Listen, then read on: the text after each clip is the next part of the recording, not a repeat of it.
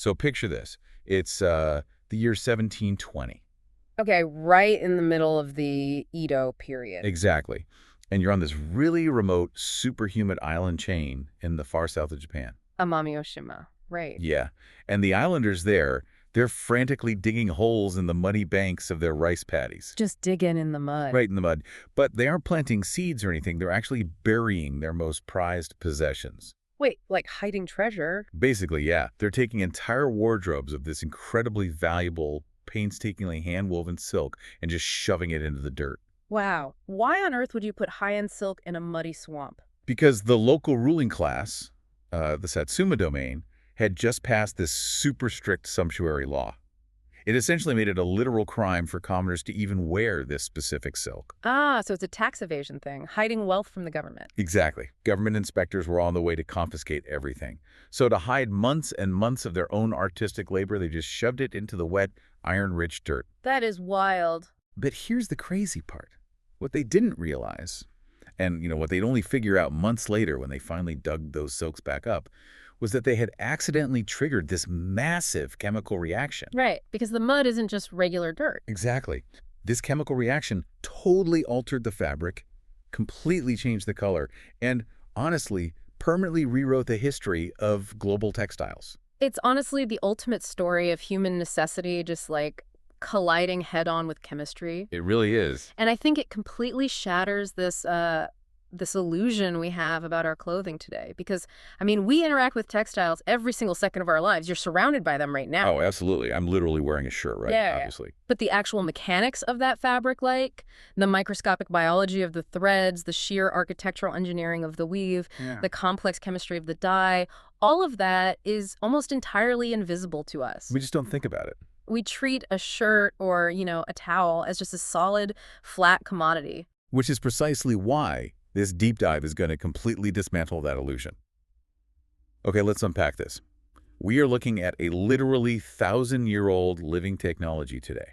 The traditional textiles of Japan. Yes. And we've got an amazing stack of sources for this. We're pulling from comprehensive craft registries and deep dive technical guides. Really robust data today. Yeah, specifically the databases from traditional crafts Oyama Square, the historical archives of Nihon Imanoya, and the official national registries from Kogia, Japan. And we should clarify, the goal here isn't just to give like a dry history lesson on old-fashioned. No, not at all. The goal is to look at the unbelievable intersections of geography, cellular biology, and hardcore mechanical engineering that actually birthed these fabrics. Right. And if we connect this to the bigger picture, Japanese textiles are absolutely not a monolith. Not even close. Like when we casually say Japanese fabric, it's honestly kind of a meaningless phrase. There are currently 38 distinct textiles officially designated as national traditional crafts. 38. Yeah. And they're not all made in the same place either. Exactly. They are scattered across totally extreme geographical zones.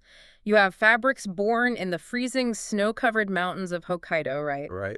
And then you have totally different fabrics engineered for the tropical, typhoon-battered islands of Okinawa. Night and day difference. Every single one of those 38 crafts is a highly evolved, super specific technological response to the dirt, the water, the humidity, and the political history of its exact location. So to really understand how, mud turns silk into treasure or how the weather physically alters a thread, we really have to start at the absolute foundation. Right, the building blocks. Yeah, we need to tear a piece of fabric down to its atomic level. Yeah. Like, what are we actually looking at when we look at a single thread? Well, you're essentially looking at a feat of microscopic architecture. Architecture, I like that. Yeah, because before you can build a cloth, you need structural pillars, and those are your fibers.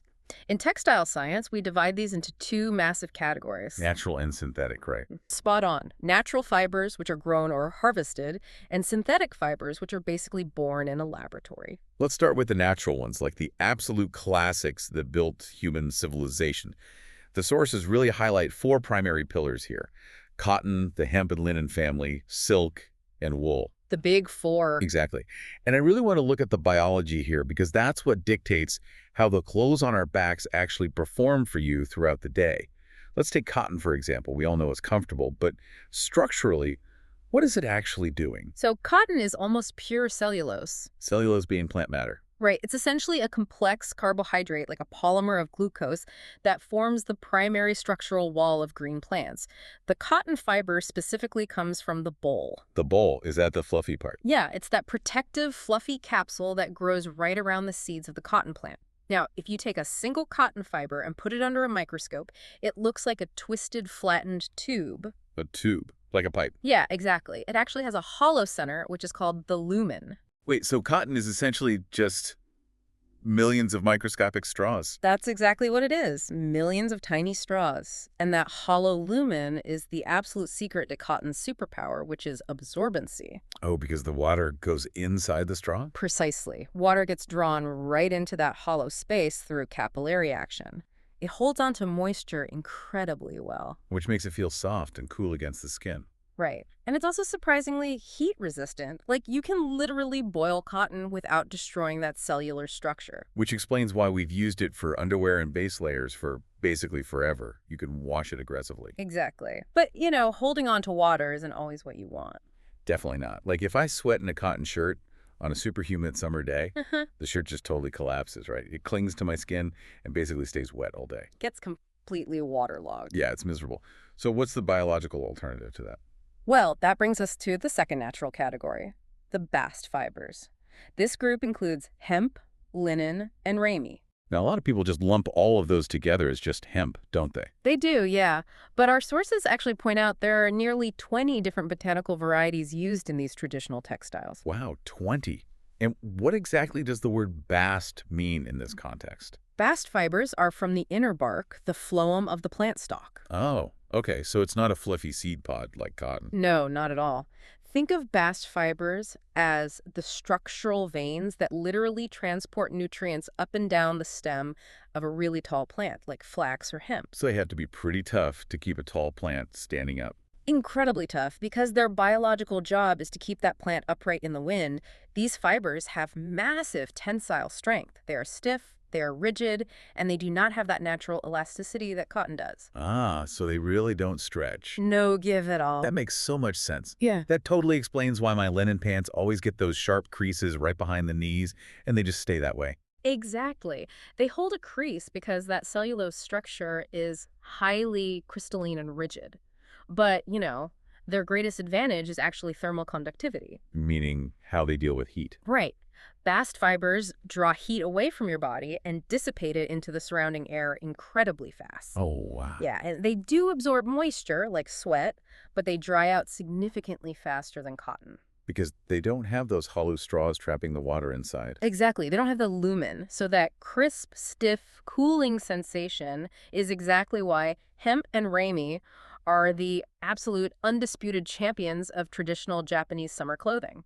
Okay, so cotton and hemp, those are our plant-based cellulose fibers. Let's cross the biological line over into protein fibers, animal fibers. This is where things get really fascinating. Oh, totally. We have to start with silk. And this is where it gets a bit wild, honestly, because we're essentially stealing the structural housing of an insect. Yeah, we are quite literally unwinding a caterpillar's panic room. That is such a vivid way to put it. Well, it's true. Silk is an animal protein fiber. It's primarily composed of two distinct proteins. First, you have fibroin, which forms the structural center. Okay, the core. Right? And then you have sericin, which is this sticky gum that coats the outside of the core. Got it. So when the silkworm goes to spin its cocoon, it extrudes this liquid protein from two separate glands in its head.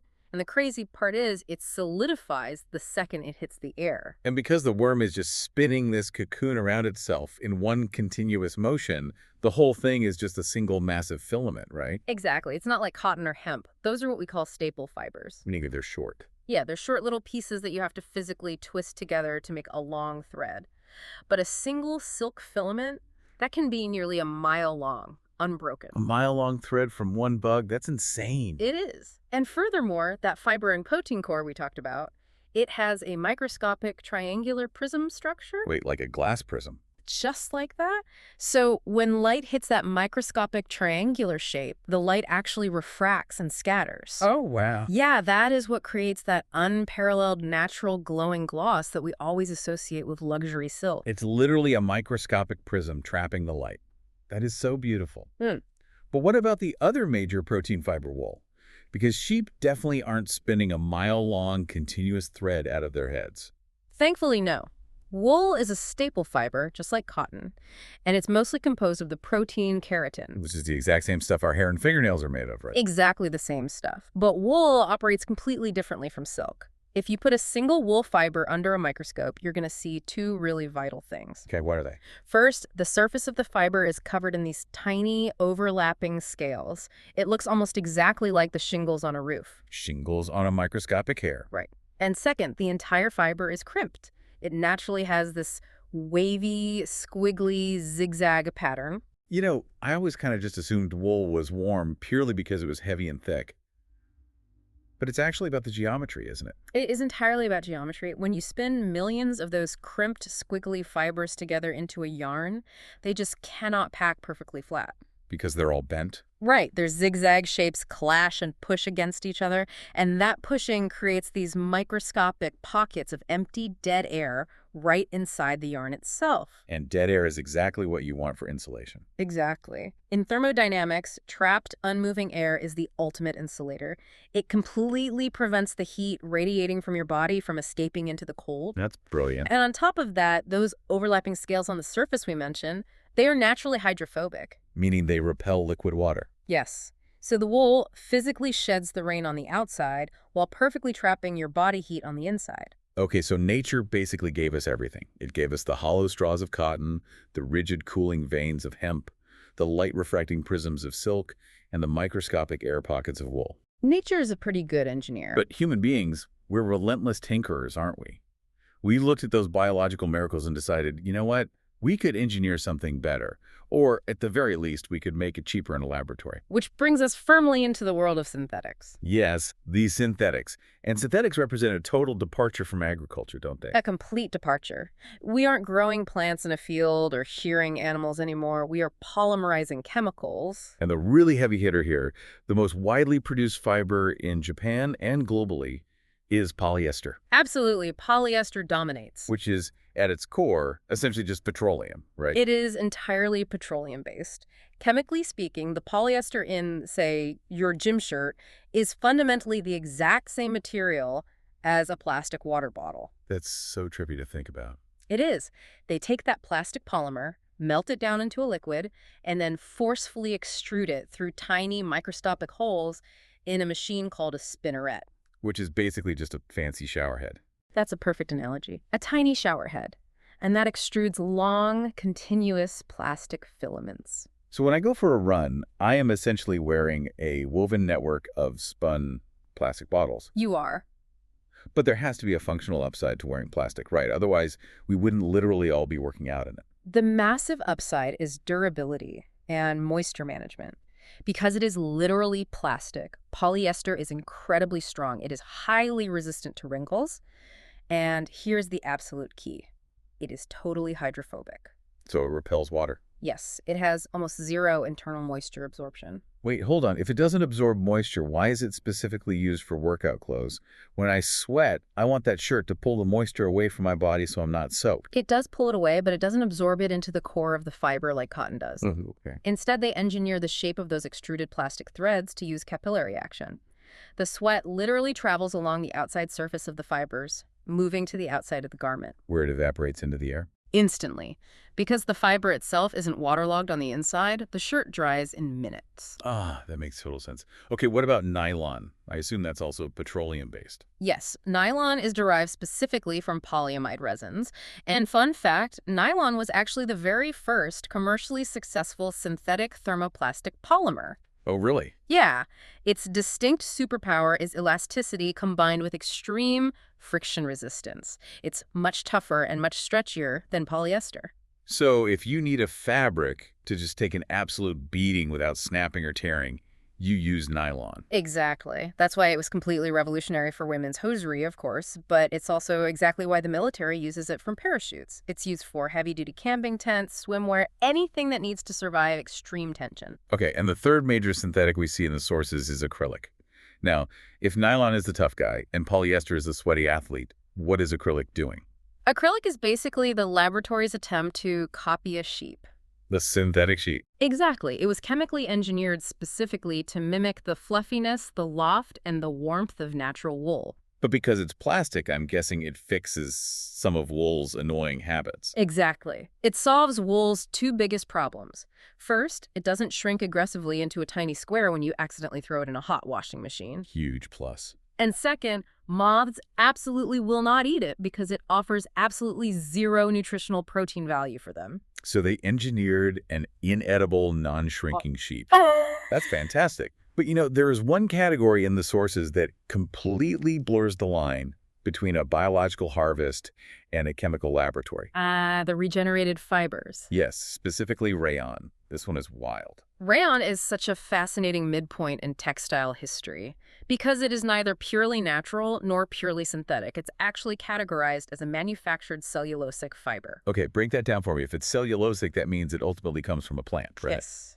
The raw material for rayon is actually natural wood pulp, usually from beech or pine trees. But, you obviously can't spin a solid plank of wood into a shirt. No, you definitely can't. So chemists take that raw wood pulp and they treat it with really harsh chemicals, things like sodium hydroxide and carbon disulfide. Just really caustic stuff. Very caustic. And these chemicals completely dissolve that rigid cellulose structure of the wood.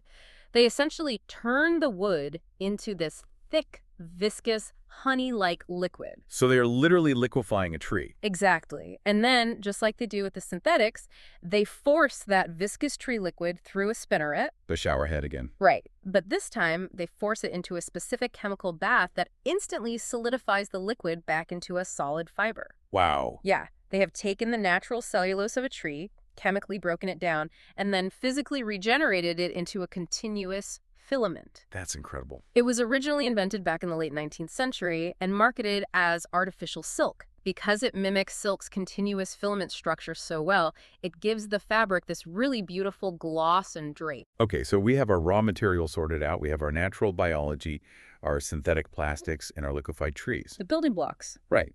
But a massive pile of thread doesn't actually keep you warm. We have to build the architecture. We have to weave. Weaving is where the real engineering starts. Now, I will admit, when I first looked at this section of the outline, my mind immediately went back to kindergarten. Kindergarten. Yeah, making those little construction paper placemats where you take strips of red and yellow paper and you just painstakingly weave them over, under, over, under. Oh, yeah, of course. I always just assumed that once you've done that, once you've mastered over, under, you've basically mastered weaving. Is there really that much engineering to it? Well, what you did in kindergarten is structurally sound. Definitely. That basic over-under grid is the absolute bedrock of all textiles. But it is merely the ground floor of what is an incredibly complex structural engineering discipline. Oh, absolutely. The way you alter the sequence of that intersection completely changes the physical properties of the fabric. It changes the tensile strength, the tactile drape, everything. Okay, so what are the actual structures? Our sources outline 4 foundational weaves, and we should definitely start with your kindergarten placemat. That's a plain weave, or in Japanese, hiraori. Hiraori, the perfect grid. You go over one thread, under one thread, and just repeat that to infinity. Exactly. Yeah. Let's visualize this mechanically for a second. You have your warp threads. Those are the vertical ones, right? Right, the vertical pillars, and they are held perfectly tight and stationary under intense tension on the loom. Okay. Then you have your weft thread. That's the horizontal thread that travels back and forth across the loom. In a plain weave, the vertical warp and horizontal weft intersect at every single possible point. Over, under, over, under. Yeah. So it's essentially locked down everywhere. Exactly. Think of it like a microscopic chain link fence or a really rigid scaffolding. Because there are a maximum number of intersections, the fabric is incredibly durable. Right. It can't really fall apart. It has massive structural integrity and really high resistance to friction. However, because every single thread is tightly pinned down by another thread, the fabric has almost zero lateral give. This is a stretch. Exactly. It doesn't drape smoothly over the curves of a human body. It is stiff and crisp. Things like medical gauze, heavy canvas, and organdy. Those are your classic examples of a plain weave. It's essentially a structural fortress. A very flat fortress. But, we don't want to wear a stiff fortress all the time. Sometimes I want a fabric that actually moves with me. Something heavier, but softer, like the denim in my jeans. Denim is a perfect example. Because if jeans aren't a plain weave grid, What exactly are they? To get that heavy yet supple feel of denim, you have to literally break the grid. You need the second foundational architecture, the twill weave, or aya-ori. Iori. Yes. If you look really closely at your jeans right now, you aren't going to see a checkerboard pattern. You will see distinct diagonal lines running down the leg. Yeah, I'm looking at mine now. It looks like tiny microscopic staircases all moving in the same direction. Those little staircases are the visual result of a really deliberate structural shift. In aya-ori, the horizontal weft thread doesn't just go over one, under one. What does it do? Instead, it might go over 2 vertical warp threads, then dive under just one, and then over 2 again. Over 2, under 1. Right. And here's the real trick. On the very next row, the weaver shifts that exact pattern over by 1 thread to the left or right. So instead of a locked grid that stacks perfectly, you are creating a staggered sequence. Exactly. But why does staggering the threads make denim softer than, say, canvas? Because it actively reduces the number of structural intersections. Oh, because it's floating over 2 instead of walking down on every single one? You've got it. Because the threads aren't pinning each other down at every single millimeter, they actually have physical room to move and slide against one another slightly. That gives it the flexibility. Exactly. Furthermore, because there are fewer intersections physically taking up space, you can actually pack the threads much, much closer together on the loom. Wait, really? Yeah. This allows you to weave a significantly thicker, heavier, fabric-like, heavy-duty workwear denim that somehow manages to remain totally supple, flexible, and highly resistant to wrinkling. It's like magic. It's physics. The diagonal shear force distribution allows the fabric to bend heavily without creasing sharply. That is brilliant. Okay, so plain weave for rigid durability, twill weave for flexible density. What's the third level of this architecture? The third level is just pure, unadulterated luxury. It is the satin weave, or shusuori. Like you said. This weave takes that concept of reducing the intersections to the absolute physical limit. Well, how far can you reduce before the fabric just literally falls apart in your hands? Surprisingly far. In a satin weave, a thread might float over 4, 5, or even 7 perpendicular threads before finally ducking under one single thread to anchor itself. Floating over 7 threads. Yes. And unlike twill, where those anchor points are neatly staggered to create those diagonal staircases, the anchor points in satin are deliberately scattered randomly. Randomly? Why? So that the human eye can't detect any pattern at all. So you basically just have these long, completely exposed, microscopic bridges of thread just laying totally flat on the top surface of the fabric. Exactly. We call those bridges floats. And those floats are the entire point of the weave. Why? Think back to our discussion earlier about silk fibers acting as microscopic prisms. Right, catching the light. If you weave silk in a plain weave, the constant over-under motion physically crinkles the thread, which breaks up the light. It ruins the prison effect. Exactly. But if you have a long, uninterrupted float of silk lying perfectly undisturbed and flat on the surface of a satin weave, the light hits it and bounces off smoothly. Creating that huge sheen. Yes. It creates an immense, unbroken, mirror-like gloss. It honestly feels like liquid. That is exactly why a silk tie or the lapel on a tuxedo has that incredible liquid sheen. The light isn't hitting a grid at all. It's just hitting a flat runway of thread. That's a perfect way to describe it. It has almost zero friction, which makes it feel incredibly smooth against the skin. But there has to be a downside, right? Oh, a massive fatal flaw. Because those long floats are unanchored, they are highly vulnerable. A fingernail, a rough piece of wood, or just a sharp ring can easily catch a float and pull the entire thread right out of the fabric. It snags instantly. Yes, it trades all of its structural integrity for pure aesthetic brilliance. Okay, so we have plain, twill, and satin, the big three. But the sources highlight a fourth weave.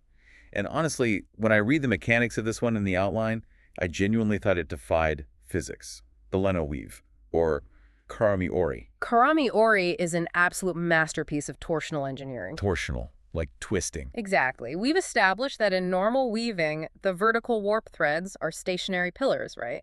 And the horizontal weft just weaves through them. Right, the pillars don't move. Karami-ori completely breaks that rule. The vertical pillars move.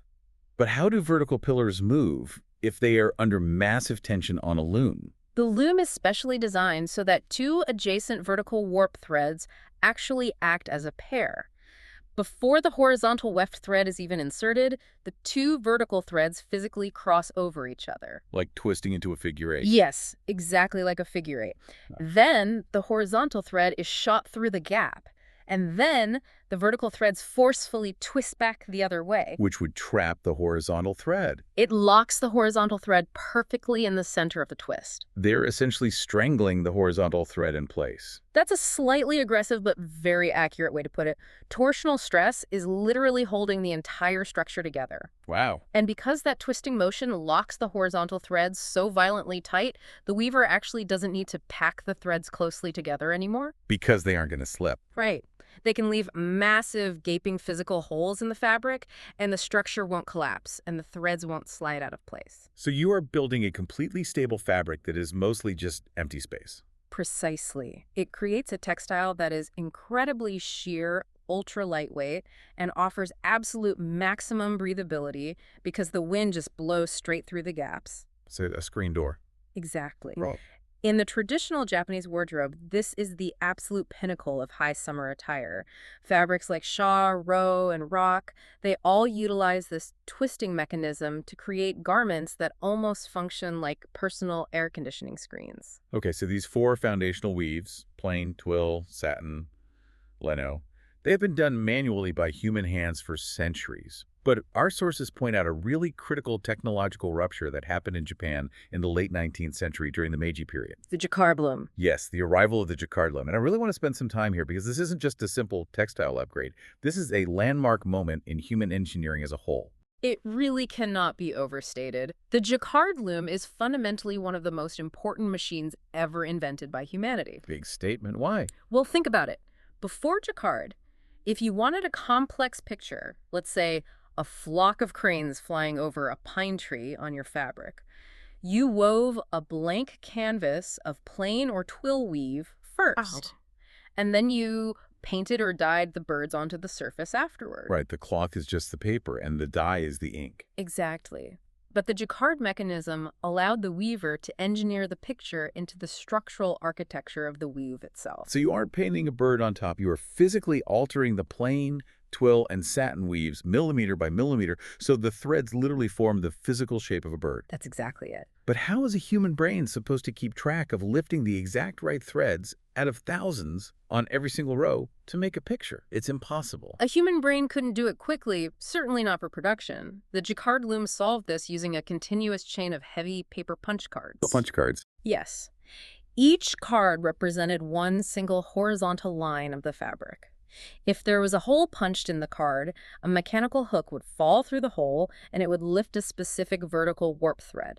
Okay. If there was no hole, the hook couldn't fall, so the thread stayed down. Hole, no hole, up, down. Wait a minute. Hole, no hole, up, down. That's binary code. That's literally ones and zeros. You've hit the nail on the head. The Jacquard loom is widely recognized by historians as the direct conceptual precursor to modern computing. Mind-blowing. It is. Charles Babbage and Ada Lovelace explicitly based the architecture of their analytical engine, which was the world's first theoretical computer, on the punch cards of the Jacquard loom. Really? Yes. Lovelace actually famously wrote that the analytical engine weaves algebraic patterns just as the Jacquard loom weaves flowers and leaves. My mind is completely blown right now. The first software program wasn't written for a digital screen. It was literally written for a wooden loom in the 1800s. It's incredible. And when did this computing power actually hit Japan? When it arrived in Japan in the Meiji era, it was rapidly adopted by the legendary Nishijin ori weavers in Kyoto. The high-end kimono makers. Right. They took this binary punch card technology and they pushed it to its absolute physical limits. They started creating incredibly dense, complex silk brocades, where the imagery wasn't just beautiful, it was structurally woven right into the DNA of the cloth. It completely revolutionized the entire kimono industry. Okay, so we have the biology of our fibers, we have the architecture and the literal computing of our weaves. We have a structure. Right, but up to this point in our mental model, everything we've built so far is entirely white. It's totally colorless. Yeah. We need to talk about identity. We need to talk about the chemistry and the philosophy of Japanese dyeing. And if you want to understand Japanese dyeing, you really must understand the fundamental binary division that governs the entire craft. What's the division? Every single piece of patterned traditional fabric falls strictly into one of two distinct categories: adazome or sakazome. Okay, so adazone translates roughly to dyed afterward, or piece dyeing. And sakazone translates to dyed beforehand, or yarn dyeing. It is entirely a question of sequence. Sequence. Right. In Adazome, you weave your beautiful blank white canvas first. Then you apply the color to the finished architecture. Like painting a wall. Exactly. But in Sakizome, you apply the color to the raw loose threads first, and then you try to build a patterned architecture out of those pre-colored bricks. The resulting aesthetics and honestly the required skill sets are worlds apart. Let's tackle the adazome side first.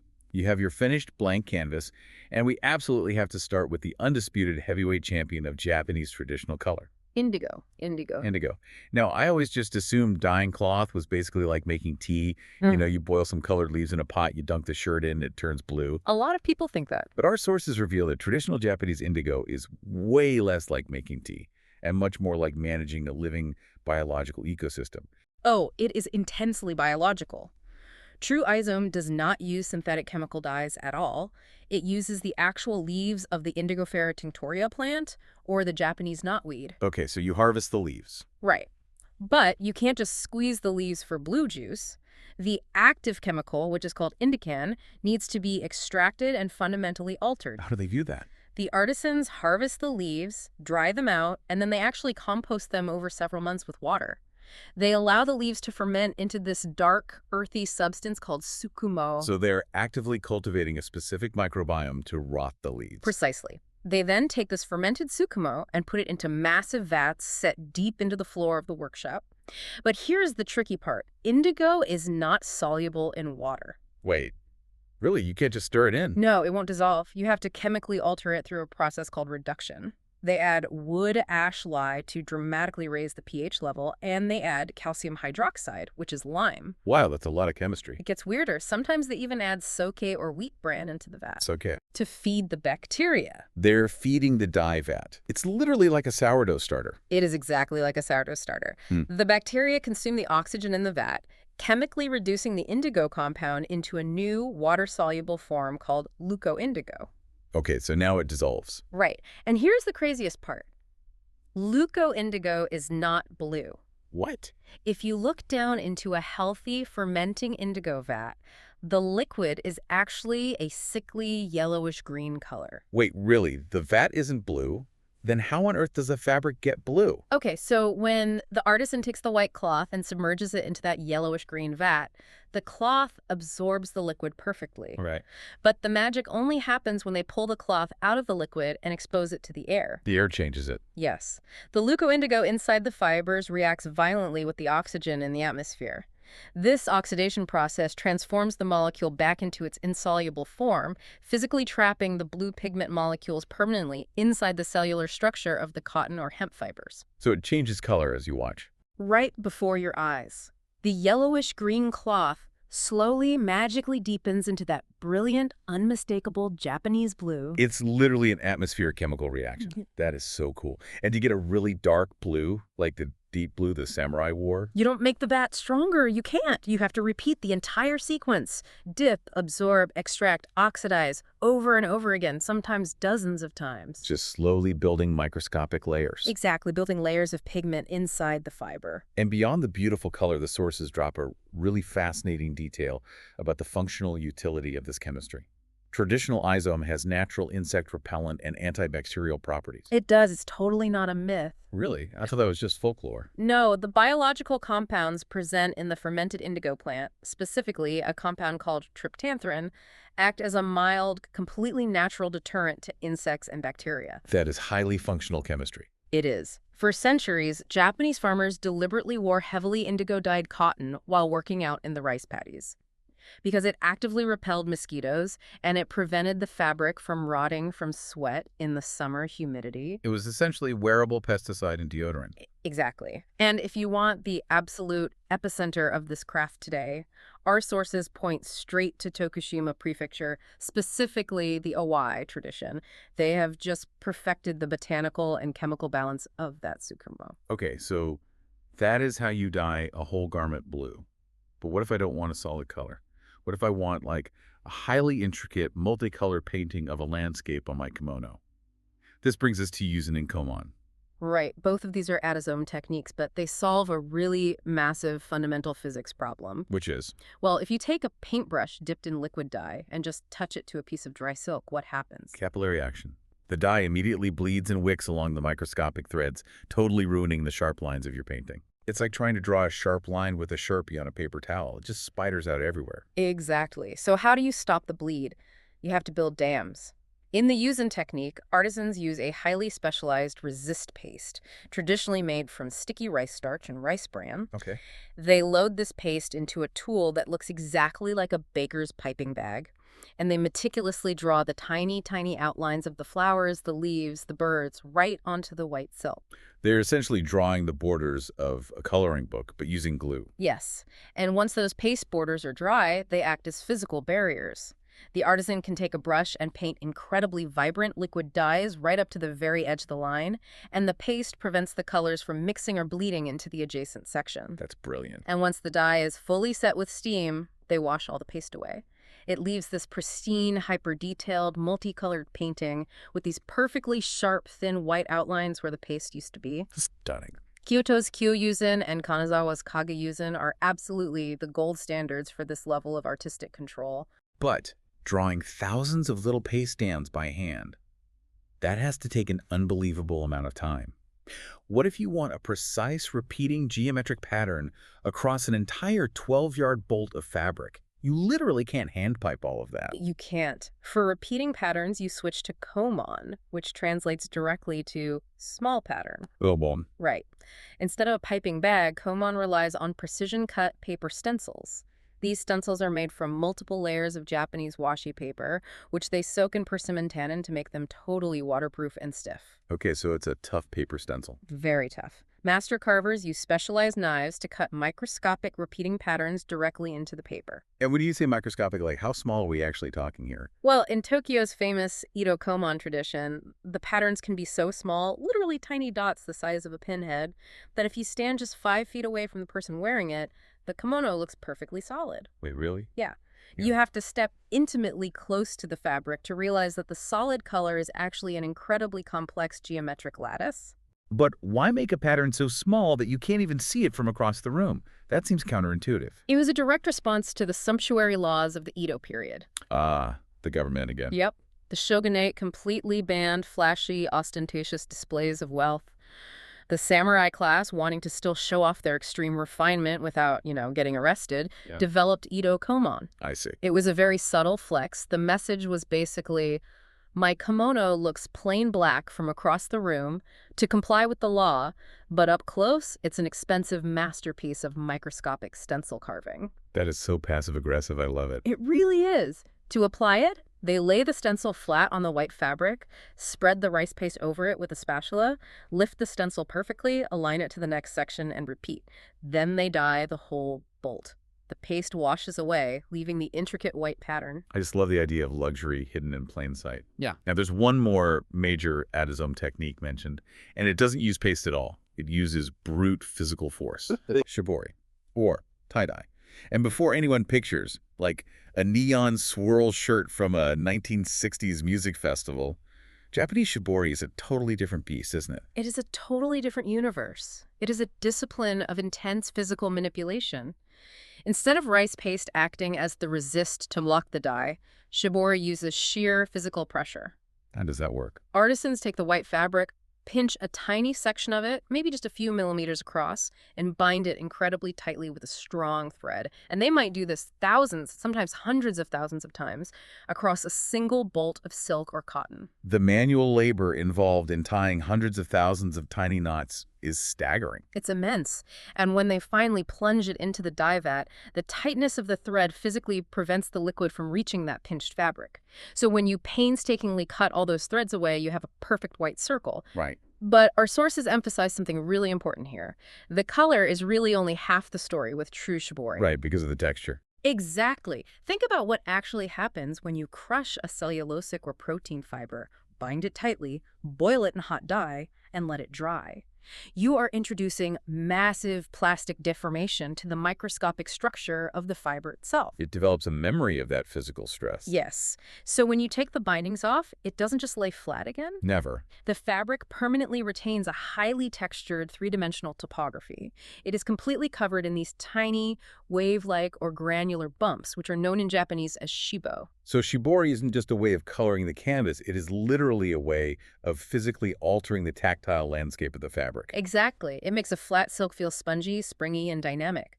The Arimatsu Narumi Shibori tradition down in Nagoya is absolutely legendary for producing this incredible physical texture. Okay, so izome, yuzen, komon, shibori, that is all adizome. That's all dyeing the blank canvas. Yeah. But now we have to flip over and look at sakizome, dyeing the threads before they are woven. This is where it gets wild. And there is one technique here that honestly just feels mathematically impossible for a human brain to execute.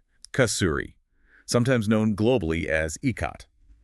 Kasuri is where textile engineering absolutely borders on madness. The concept itself is simple, but the execution is terrifying. Let's lay it out. Let's say you want to weave a fabric that has a pattern of white crosses on a solid dark blue background. Okay, easy. If I'm doing adizome, I just weave a white cloth, put paste in the shape of crosses, and dye it blue. Done. But how do you do it with sakizome? You can't just weave white threads and blue threads together because that just makes a checkered grid, not a cross. Exactly. A grid is easy, a cross is hard. To make a cross, you have to pre-dye the threads with intermittent alternating colors. Intermittent. Yeah. The artisan takes a long bundle of raw white threads. They calculate mathematically exactly where the white crosses need to appear in the final woven fabric. Before it's even on the loom. Long before. They then tightly bind those specific microscopic sections of the white thread with string to resist the dye. Then they dunk that whole bundle into the indigo vat. So when they untie the string later, they are left with long blue threads that have these tiny, precise white gaps perfectly spaced out along their length. Yes. Now imagine taking thousands of those pre-dyed vertical warp threads and hundreds of pre-dyed horizontal weft threads and mounting all of them onto a loom. I'm stressing out just picturing it. The weaver has to calculate the tension perfectly. As they beat the horizontal threads into the vertical threads, the tiny white gaps on the warp must perfectly, flawlessly intersect with the tiny white gaps on the weft to form the two intersecting lines of the cross. It's like trying to print a high-resolution photograph by laying down millions of colored beads on a stretchy string and just hoping you calculated the length and the stretch of the string flawlessly. It is a mathematical nightmare. And because it is governed by physical reality, the tension of the loom shifting slightly or the humidity in the room causing the cotton to expand or contract, it is physically impossible to align the threads with 100% microscopic perfection. And that tiny imperfection is actually the defining aesthetic, isn't it? Yes, it is. Because the white gaps never perfectly align, the edges of the resulting pattern are never razor sharp. They have this slight, staggered, blurry, or jagged look. The blur. That blur is the absolute signature of true kasuri. It is visual proof of the pre-dyeing process and the sheer human effort required to force chaos into a geometric shape. Our sources highlight 3 great kasuri traditions that have really mastered this madness. Bingo kasuri in Hiroshima, Iyo kasuri in Ehime, and Kuruma kasuri in Fukuoka. And just to tie this to the modern era for a second, our sources do actually trace how this desire for complex patterning evolved into modern commercial printing. Right, the evolution. We moved from hand-cut stencils to silk screen printing, which is pushing ink through fine mesh for mass production. Then we jumped to inkjet printing, which is literally the exact same concept as the printer sitting on your desk right now. Just scaled up massively. Exactly. Scaling up to drop millions of microscopic dots of dye onto fabric, allowing for infinite colors in small custom batches. And finally, sublimation printing, where they print a design onto special paper with solid dye, apply massive heat and pressure, and the dye instantly turns into a gas. And because it's a gas, it physically permeates and bonds with the molecular structure of synthetic polyester fibers rather than just sitting on top. Ah, so it's inside the fiber. Exactly. It's how they make modern sports jerseys that never, ever fade. The technology scales up, but the fundamental desire imprinting our identity onto the architecture of our clothing remains completely identical. I love that phrase, imprinting identity onto architecture. Okay, we've explored the biology of fibers, the engineering of weaves, and the chemistry of color. But now we really have to talk about the wear. We are going to look at the geography. This is crucial. Because if there is one central thesis to these 38 designated crafts, it's that the extreme, highly varied geography of the Japanese archipelago acts as an active, invisible machine in the manufacturing process. Geography is literally destiny in the textile world. It's not just a pretty backdrop for a workshop. The local meteorology, the mineral content of the water, the ambient humidity, they dictate the limits of what is physically possible to weave. To prove this, let's travel to the western coast of Japan, to Niigata Prefecture. Ah, Niigata! Niigata is famous for experiencing some of the heaviest, most brutal snowfall in the entire inhabited world. And out of this freezing, completely hostile environment comes a fabric called Ojiya Chijimi, which our sources highlight as a literal UNESCO intangible cultural heritage. It's a rami fabric. Right, rami, a bast fiber, like hemp. Rigid, highly breathable. It's the ultimate material for a summer kimono. So yeah, the ultimate summer fabric being produced in the ultimate winter environment. Why? What's the connection? Because of the bleaching process. Natural rami fibers are not pure white. They have a slightly brownish, unrefined color. If you want a brilliant, pristine white fabric, you have to bleach it. And today, we just use harsh industrial chemicals like chlorine. Exactly. But the traditional artisans in Niigata use a meteorological phenomenon. They use the snow. The technique is called yuki sarashi, snow bleaching.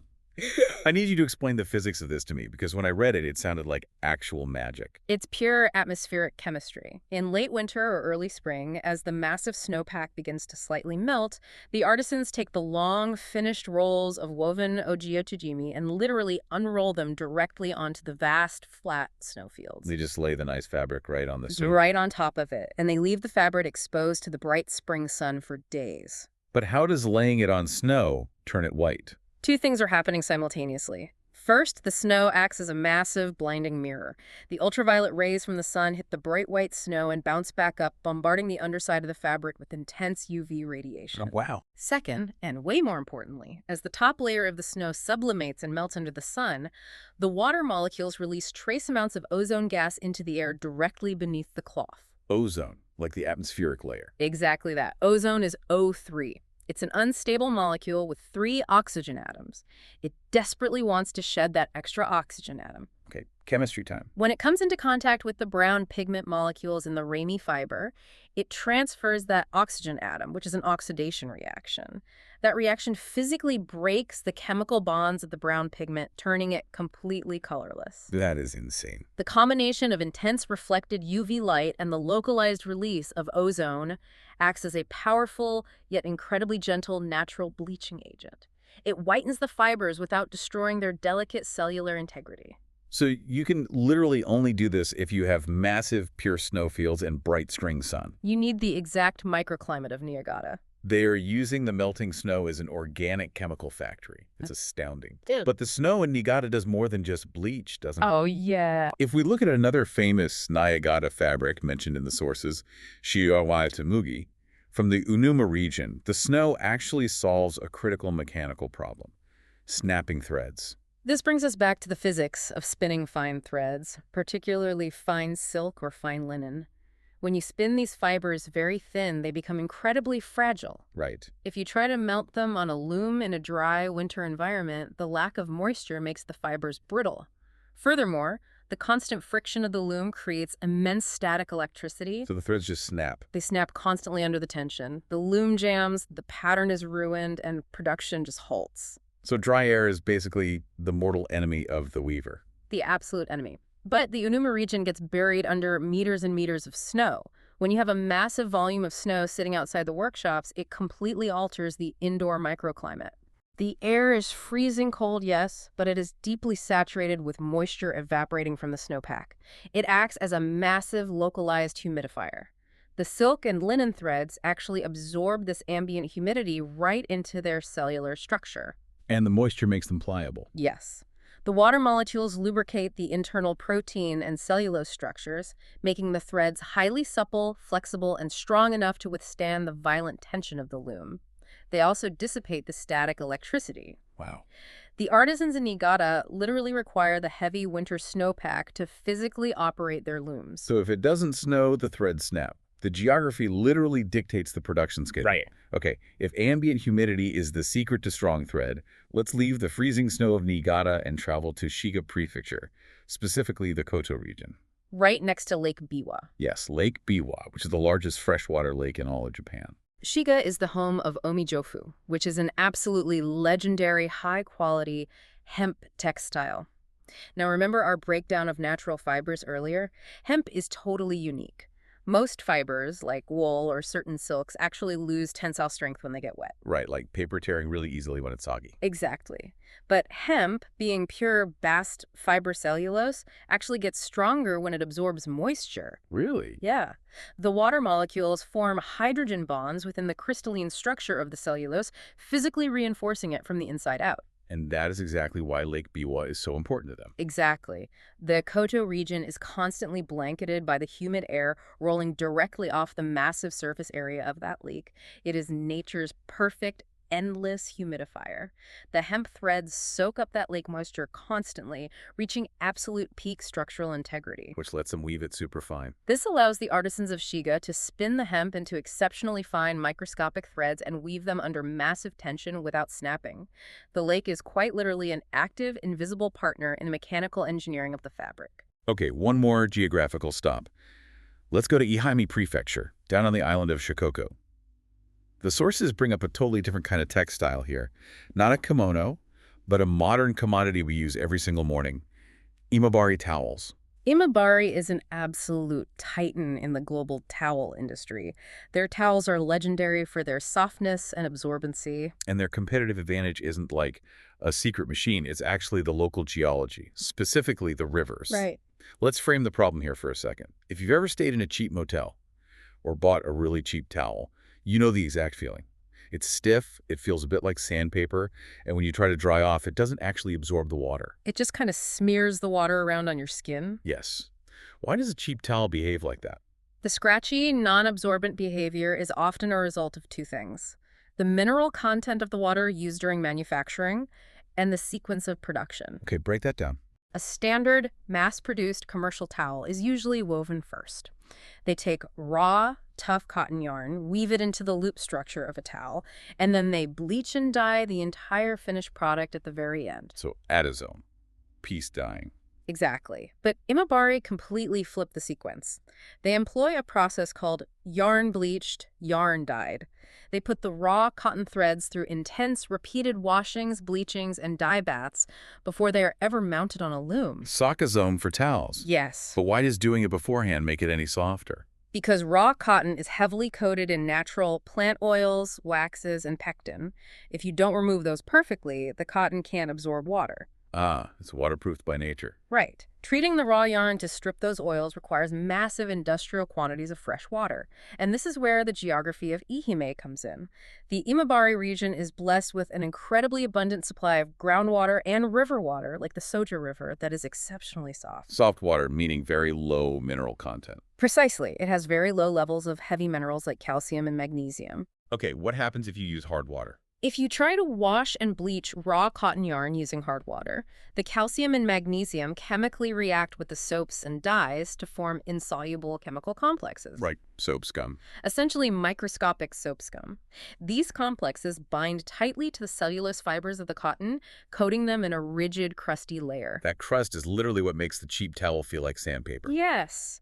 And that crust physically blocks the hollow lumen of the cotton fiber we talked about earlier, totally destroying its ability to absorb water. Oh, wow. But because Imabari uses endless supplies of pristine soft water, they can aggressively wash the yarn, strip all the oils, and dye it beautifully without ever depositing those rigid minerals onto the fibers. It stays pure. The thread is perfectly soft, pristine, and highly absorbent before it's even woven into loops. The geological lack of calcium in the Ehime water is the literal mechanism that dictates the softness of the towel against your face. It's just brilliant. The melting snow, the evaporating lake, the soft river water. The environment isn't just an inspiration. It is quite literally a mechanical component of the factory. Absolutely. But this naturally leads us to the next section of the sources, where things get genuinely rebellious. Geography shapes fabric? Yes. But human ingenuity, especially when faced with extreme isolation, biological anomalies, or hard political realities, it takes it a step further. Here's where it gets really interesting. Yeah. Let's look at the anomalies and the island fabrics. This is where textile history basically turns into a survivalist thriller. We have to start with a biological freak occurrence in Ishikawa Prefecture, Uchikubi Tsumugi. Okay, we established earlier that silk comes from a silkworm, spinning a neat, orderly cocoon out of a single continuous fibroin filament. But the sources highlight that Uchikubi Tsumugi relies on something called a tamamayu, which is a double cocoon. It's an incredibly rare biological anomaly. Roughly 2% of the time, two silkworms will decide to share a space and spin a single massive cocoon together. Which honestly sounds like a great deal. Two worms, one big cocoon, more silk for the weaver. It is an absolute disaster for a traditional weaver. Really? Why? Think about the mechanics. When one worm spins a cocoon, it lays down the thread in neat, concentric figure eights. You can easily find the end of the thread, load the cocoon onto a reeling machine, and just smoothly unwind it. Like pulling string off a spool. Right. But when two worms spin simultaneously in the same tight space, their microscopic filaments cross, intersect, and tangle into an absolute chaotic mess of knots. For centuries, across the industrialized world, double cocoons were considered completely defective garbage. If you ran them through a standard silk reeling machine, the knots would jam the gears and instantly snap the thread. So what did the isolated artisans in the mountainous Hakusan region of Ishikawa actually do with all these defective jammed cocoons? They engineered a manual solution that turned a total defect into a luxury feature. They developed a highly specialized grueling technique to boil the double cocoons and actually draw the tangled threads out entirely by hand. That sounds exhausting. Because the two fibering filaments are so chaotically intertwined, the artisan has to forcefully pull and stretch the tangles to extract the thread. I have to imagine that much force permanently changes the physical property of thread. Dramatically, the sheer physical force required to draw the tangled thread gives it immense tensile strength and really high elasticity, but visually it creates a highly irregular yarn. It is full of tiny microscopic slubs and knots where the two filaments permanently bound together. But wait, if you're making luxury silk, don't you want a perfectly smooth, glossy surface? Why on earth are knots desirable? Because of how those knots interact with color. When you weave this knotty thread into fabric and then dye it, the dye behaves totally differently based on the topography. It pools heavily in the dense knots, and it stretches thinly over the smooth sections. It creates an incredibly deep, organic, three-dimensional texture that is visually complex and entirely impossible to replicate with a perfectly smooth, machine-extruded synthetic fiber. So the artisans of Ishikawa basically took the 2% mutant rejects of the biological world and built an indestructible luxury textile out of them. That is the ultimate flex of craftsmanship. It really is. Okay. But let's leave the mountains and go far south, back to the story we actually opened the episode with, the islands of Kagoshima and Miyazaki. The story of Oshima Tsumugi.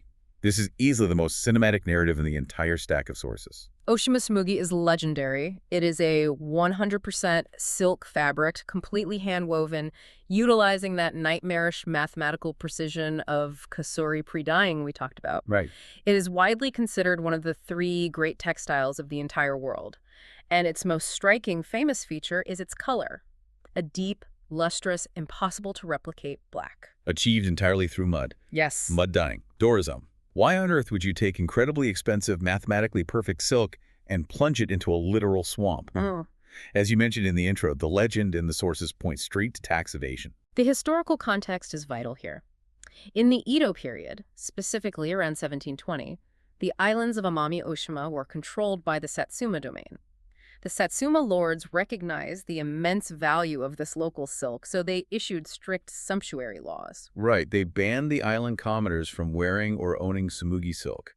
It was to be produced exclusively as tribute for the ruling class. So if you are an islander and you've spent 3 months mathematically binding and weaving a silk kimono for your daughter, suddenly it is a major crime to own it. If the Satsuma tax inspectors find it in your house, you are completely ruined. Right, so the legend states that the islanders took their finished kimonos, ran to the local rice paddies, and buried them deep in the mud to hide them from the inspectors. And here is where the chemistry happens, because the mud of Amami Oshima is not just generic dirt. Right, it's volcanic soil. Far from generic dirt. The volcanic soil of these islands is incredibly rich in soluble iron compounds. Now, prior to hiding the silk, the islanders had traditionally pre-dyed their threads using a boiling extract from a local tree called the techiki, or the Japanese hawthorn. Okay, the techiki tree. The wood chips of this tree are packed with tannic acid, which is actually the exact same chemical compound that makes black tea astringent. Okay, so you have silk completely soaked in tannic acid, and you bury it in mud that is saturated with iron.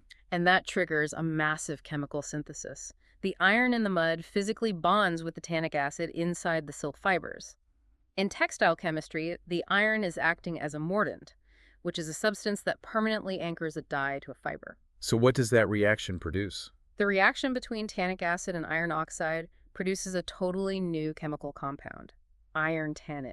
Iron tannate is a deep, rich, incredibly color-fast black pigment. So when the inspectors finally left and the islanders nervously dug up their hidden wealth, They found that the mud hadn't ruined the silk at all. It had chemically transformed it into a stunning deep black that never faded, while simultaneously making the silk threads noticeably softer and more supple. they accidentally discovered a revolutionary dyeing process while trying to evade taxes. Exactly. And today, that exact chemical reaction, repeating the techiki dye bath and the mud immersion up to 80 times, is the defining, legally required characteristic of authentic oshimatsumugi. Hiding wealth in the mud, and the mud actually making it more valuable. It's almost mythical.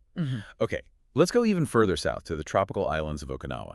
The climate here is totally different from the mainland. We've talked about cotton, hemp, silk, and wool. But the artisans in Okinawa needed a fiber that could handle brutal, oppressive tropical heat and humidity. Right, so they turned to the botanical world around them. They looked at the banana tree, The banana tree. specifically the itobasho plant, which is a species of banana native to the Ryukyu Islands. They engineered a textile called bashofu, famously from the village of Kijoka. I'm really trying to visualize this. How do you get a shirt out of a banana tree? Do you use the big leaves? No, you actually use the stalk. The itobasho isn't cultivated for fruit at all. It's cultivated purely for fiber.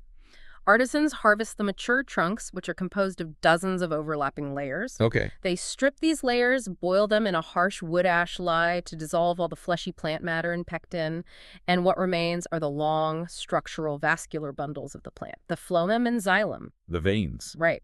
They then manually use their fingernails to split these tough plant veins into incredibly fine individual threads. The amount of labor to extract threads from a tree trunk with your fingernails is insane. Why not just import cotton from the mainland? Cotton is so easy to spin. Because in the intense Okinawan summer, cotton is a massive liability. Remember, cotton absorbs water and collapses.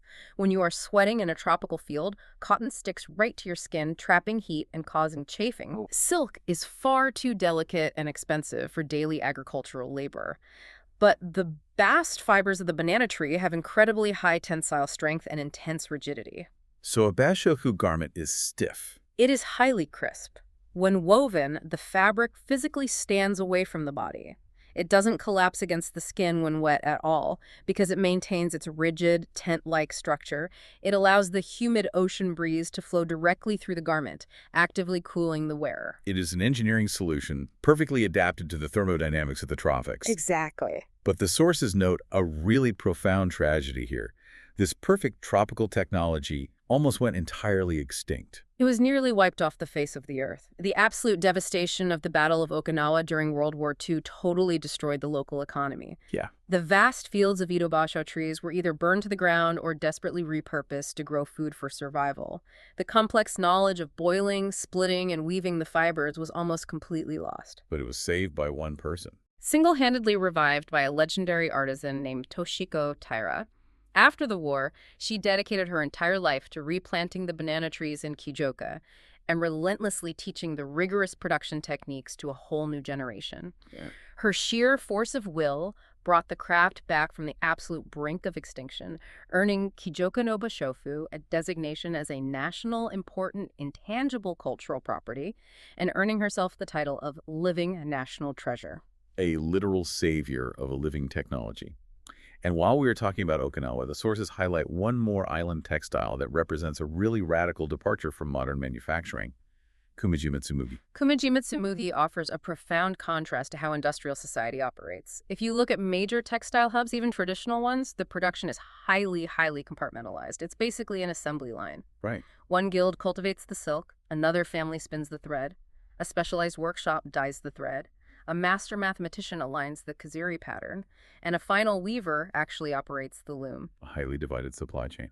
Exactly, but not on the island of Kumijima. For Kumijima Tsumugi, one single artisan is responsible for the entire universe of production. Wait, one person? One person. They harvest the silk, they spin the threads, they forage in the local island mountains for the specific plants, roots, and mud required for the dyes. They dye the threads themselves, they calculate and bind the kasuri patterns, they set the massive tension of the loom, and they weave the final fabric. The breadth of expertise required to do all of that flawlessly is staggering. You literally have to have a biologist, a chemist, a mathematician, and a mechanical engineer all at once. You do. And the ultimate result is that every single bolt of Kumijima Tsumugi is not just a standardized commodity. It physically carries the distinct, unmistakable personality of its maker. That's beautiful. It is a direct, unfiltered expression of one individual artisan's intimate relationship with their specific island ecosystem. It is the absolute pinnacle of slow, localized fashion. From the hyper-localized island survivalists to the mainland industrial titans. We have reached the final section of our deep dive. We've seen mud, snow, and mutant cocoons. Now let's look at the absolute heavyweights of Japanese weaving, the powerhouses. Oh, heavy hitters. And I really want to explore how their relentless pursuit of mechanical perfection accidentally birthed the modern global world as we know it. We really have to start with the ultimate clash of philosophies, the tale of the tape between the two most prestigious weaving traditions in Japan, Nishijinori in Kyoto and Hakata-ori in Fukuoka. Let's start with the champion of the imperial capital, Kyoto, Nishijinori. Our sources trace its roots all the way back to the 5th and 6th centuries. Nishijinori is the undisputed king of the complex. Sakizome yarn-dyed silk brocade. This is the fabric of the imperial court, the shogunate, the absolute highest echelons of society. Their entire industrial philosophy is high-variety, small-lot production. Quality over quantity. They are not interested in producing millions of yards of uniform cloth. They are interested in producing a few yards of the most visually and structurally complex fabric physically possible. And they do this using the Jacquard punch card looms we discussed earlier. Yes. They took the Jacquard binary code and pushed the color palette to the extreme. If you look at a high-end Nishijinori obe, the heavy sash worn with a formal kimono, the artisan might be managing over 50 different colors of pre-dyed silk thread simultaneously. 50. The loom is orchestrating tens of thousands of warp and weft interceptions per inch, weaving literal hyper-realistic paintings of gold leaf dragons or cherry blossoms directly into the structural grid of the fabric. The visual depth is staggering. So Nishijin is the master of complexity, color, and software. But then you travel down south to Fukuoka to Hakata-ori. And Hakata-ori doesn't seem to care about weaving hyper-realistic paintings with 50 colors. Hakata-ori cares about one thing: structural density. Hakata-ori is an 800-year-old technique, and the statistical comparison in our sources highlights the philosophical difference perfectly.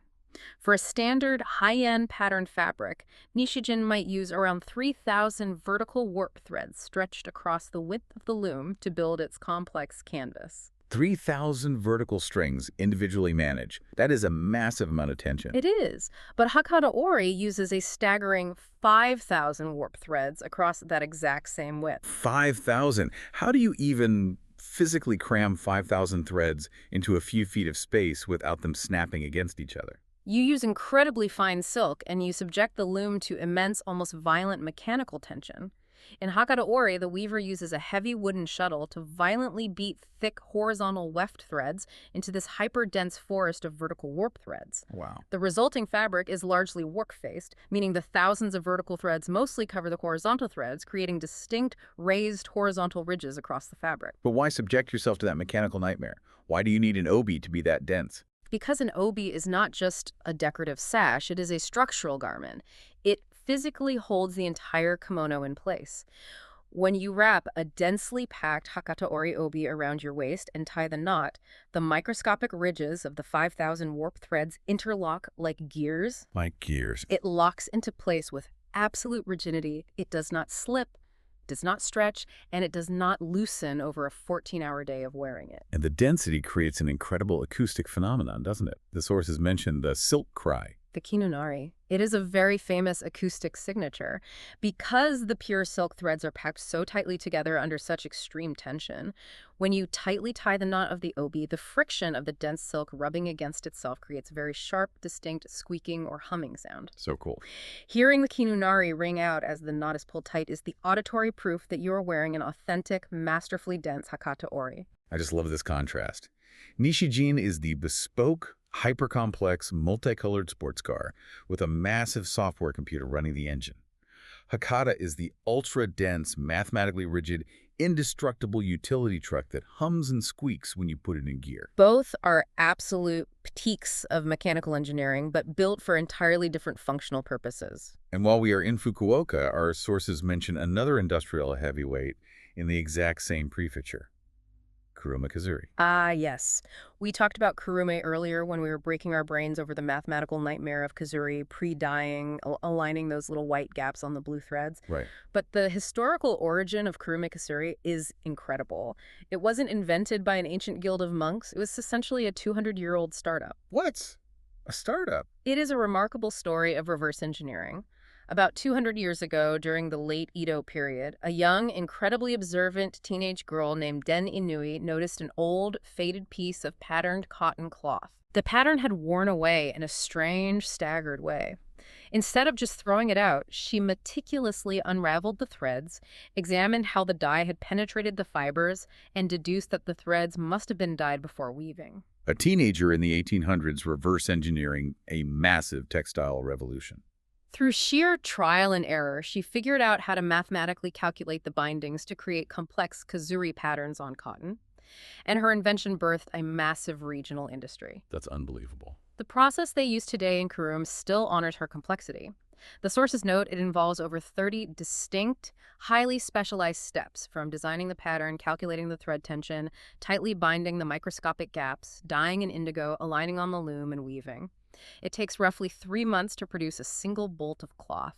It is a highly coordinated industrial ballet. Okay, we have talked about an unbelievable amount of mechanical engineering in this deep dive. Hand looms, Jacquard punch card computers, 5,000 thread tension systems, reverse engineered cotton. So what does this all mean? I can hear a skeptical listener right now asking the ultimate question. So what? I don't wear a kimono, I don't tie an obi. Does any of this 1,000-year-old wooden loom technology actually matter to my modern life? It matters more than they could possibly imagine. And this brings us to the most mind-blowing historical revelation hiding in our source material. Let's look at the Enshu region in Shizuoka Prefecture and the Mikawa region in Aichi. Okay, the sources list Enshu and Mikawa, along with Senshu and Osaka, as the 3 great cotton manufacturing hubs of Japan. Right. Fast forward to the Meiji era, the late 19th and early 20th centuries, Japan is rapidly modernizing. The demand for cotton textiles is exploding globally.